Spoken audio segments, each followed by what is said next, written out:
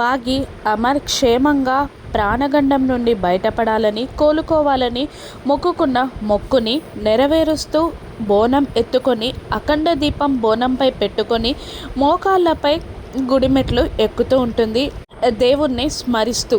అలా బాగి బోనాన్ని ఎత్తుకొని మోకాళ్ళపై గుడిమెట్లు ఎక్కుతూ ఉండగా పై మెట్టుపైనున్న రాథోడ్ కిందనున్న బాగీని అమర్కి చూపిస్తూ, సార్ చూడండి మిస్సమ్మ ఏం చేస్తుందో అని అనగానే కిందికి చూస్తూ, మిస్సమ్మ ఏం చేస్తుంది రాథోడ్ అనగానే మీకోసం మొక్కు తీర్చుకుంటుంది సార్ అని రాథోడ్ చెప్పగానే, ఏంటి మొక్కు తీర్చుకుంటుందా, నా కోసమా, నా కోసం తను మొక్కు తీర్చుకుంటుందా అని అయోమయంగా అడుగుతుంటాడు అమర్.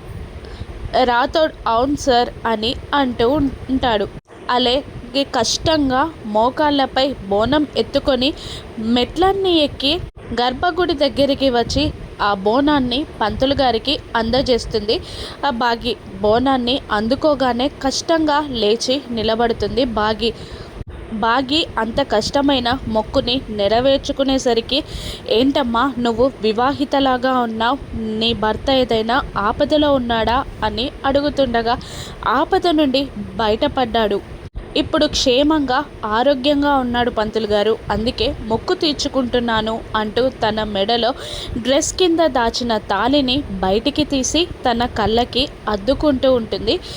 బాగి దూరం నుండి తను వివాహిత అని ఆ తాళిని బయటికి తీయడం చూసిన అమర్ షాక్ అవుతాడు.